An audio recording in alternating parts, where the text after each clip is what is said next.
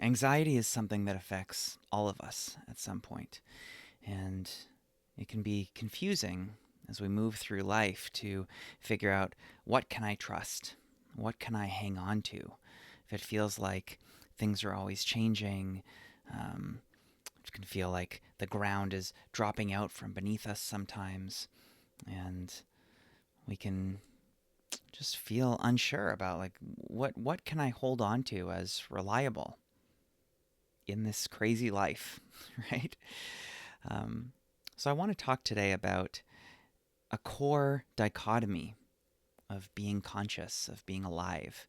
Um, and I see this through the Buddhist lens, but I think we can also just look at it through the lens of logic and psychology. It's the same thing, really.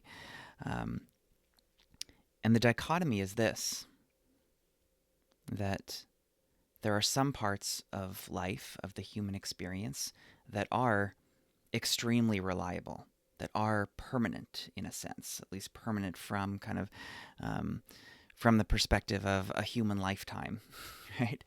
And then there are a lot of things that are impermanent. In fact, according to Buddhism, everything is impermanent at the right time scale. Even stars die after a while, galaxies die after a while. The whole universe might eventually implode on itself, right? Um, and even every day, billions of cells in our bodies are dying and being reborn. So impermanence is actually really the more fundamental truth of reality. And I think that can be a really useful perspective when it comes to things like pain and discomfort and loss.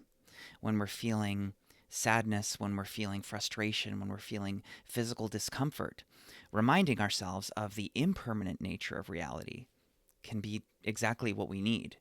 That, um, when you're in pain, reminding yourself that this too shall pass. It's not going to stay like this forever. It is guaranteed to change. Even chronic pain um, is not going to feel exactly the same in every moment, every day, right? And even if it's transitioning from one kind of pain to a different kind of pain, um, there's something that's uh, valuable about seeing that it's not going to be exactly like this forever. And um, and not only is the experience going to change, but I am going to change. Each of us is always changing, always evolving. Even just when you wake up in the morning, you're in quite a different state from when you went to bed, right? And there are all sorts of experiences throughout the day that can dramatically shift our state, our experience, right? Like for a lot of people, working out, going for a run, doing yoga, even just half an hour of that or an hour of that, you might feel quite a bit different after compared to before. Or if you've been lonely and you get to hang out with a friend for a while, you might feel very different after from before. So I think when things are not going our way, it's really useful to remind ourselves of impermanence, of flow. Everything is always changing. If I just wait a little while, this is pretty much guaranteed to feel different. So that can be a source of comfort amidst anxiety. But on the other hand, sometimes it feels like things are changing too much. Everything is impermanent all the time. Everything is flowing. Everything is, who knows what tomorrow's going to bring, right? What if something terrible happens? Yeah, I mean, that's true. We really can't predict tomorrow. And so, um, one way of approaching that is to really try to be grateful for what we have right here, right now, to really live each day to the fullest, um, and to not kind of force ourselves to hold off on gratification. I think that certainly there's often a danger in our culture today of overindulging, with sweets and things um, that our bodies evolved in a different period to not expect so much sugar and things like that, right? So of course there's value in moderation. But on the other hand, sometimes there can be a tendency to think kind of this is too much of a good thing when it comes to like a new relationship, for example. You might think, oh no, am I wanting this person too much? Am I wanting to spend too much time with them? And sometimes it is useful to think like, oh, I'm getting a little kind of addicted here, or a little too like graspy, or a little like I'm needing to be around this person all the time. Like, yeah, maybe that's a little overboard.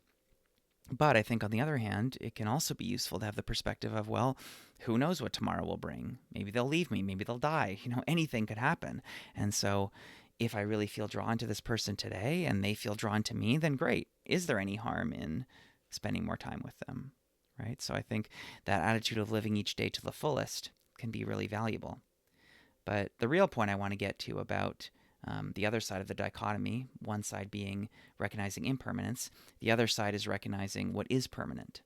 And so, from the Buddhist perspective, one of the core things that we lean on in meditation practice is the breath. And I think it's really valuable. It's kind of like an obvious thing to think about, but I think really tuning into the truth of this can be quite helpful, that the breath has literally always been with you.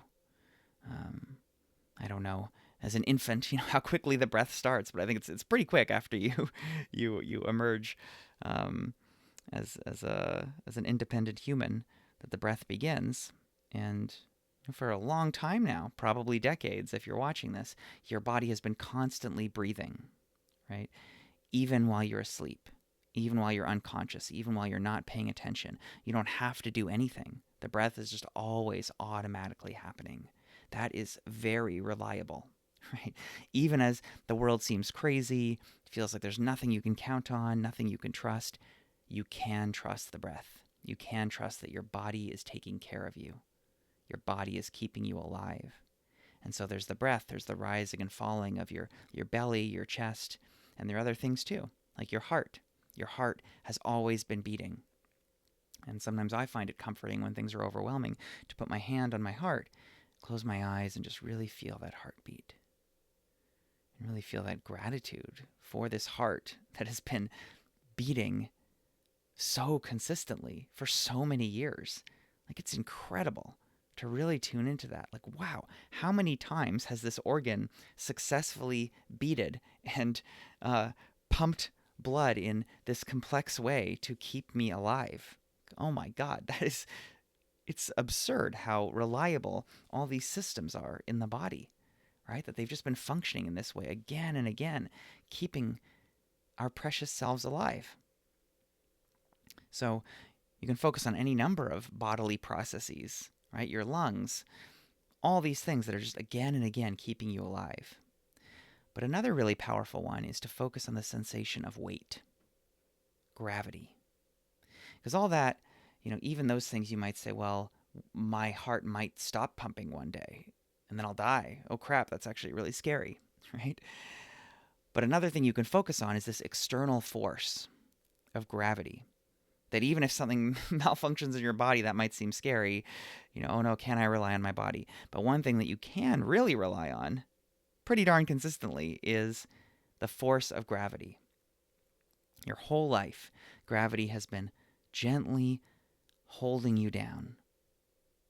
And maybe that seems kind of restrictive. It's kind of holding you down. But I like to think of it more as like a baby with a blanket that feels like this comforting weight. Like, oh, I'm safe. I'm safe under this blanket. And so you're safe under this blanket of gravity that's gently holding you. It's preventing you from floating away up into space. It's holding you steady on the earth. And so you can close your eyes when you're feeling overwhelmed and just feel the solid ground underneath you. If you're outside, it can actually be surprisingly helpful, I've found, to take off your shoes and socks and just stand in the grass. Just really feel the earth underneath you, or even to lie down on it and just feel as much of your body as you can pressed into the earth, and just feel how solid and vast the earth is. It can hold so much. It can hold so much weight, right? The weight of all these humans, of all these buildings, it's holding it all effortlessly. So no matter how heavy your problems are, no matter how crazy your life seems, the earth is holding it all. And it might feel a bit woo-woo, but I've actually found it valuable sometimes when I'm feeling all this like energy inside me buzzing, like, oh my God, so much anxiety, to lie down on the ground or press into the ground and imagine pressing that anxiety, pressing that energy into the earth, letting it out of you. Just letting all this like tingling that's hard for your body to hold, letting the earth take it. Almost like a lightning rod is like grounded into the ground, and it's taking that electricity and dissipating it into the solid earth. And so the same can be true of you, that whatever it is you're holding, it can dissipate into the earth. And if you're not on the solid ground, even if you're standing on the second floor of a house or you're sitting on a chair, whatever it is, you can feel the solidity of that object underneath you and the object underneath that. And eventually that's going into the earth. So there's always some kind of straight line eventually ending up connecting you to the earth. And what's really important here is focusing on the physical sensation. So your mind is going to keep pulling you away. It's going to keep supplying these thoughts. What about this? What about this? You should be anxious about this. What about tomorrow? What's going to happen? And you have to notice that happening. Yes, okay, hello, thoughts. Yep, all those stories. And come back to the physical sensation, closing your eyes, feeling the points of contact between your butt and the seat underneath you, or between your feet and the ground underneath you. Feeling the physical sensation of where it is that gravity is pressing you into the ground or into the object. That's the way to dissipate the anxiety, because the anxiety is only about the what if. It's only about the thoughts about the future. And so if you get away from that and focus on what is true right here, right now, that is the sensory experience. What is true right now is the sensory experience, not the what ifs about the future. Who knows if those are true? Who knows what the future is going to hold? What's true right now is the solid earth underneath you, your breath breathing, your heart beating, whether you choose to or not. It's just happening. All these things are just happening. You don't have to work for them. You don't have to effort. Your breath's going to breathe no matter what. The gravity is going to gently press you into the earth no matter what. You can count on these things. So if it feels like everything is overwhelming, everything's crazy, you're not sure what to trust, you're not sure what's reliable, what you can hang on to, these are the things you can hang on to. The solid earth, the breath, your heart, and your awareness. Even as you change, even as your thoughts change, your emotions change, your body changes, your awareness, your consciousness, that is solid. You can be aware moment to moment.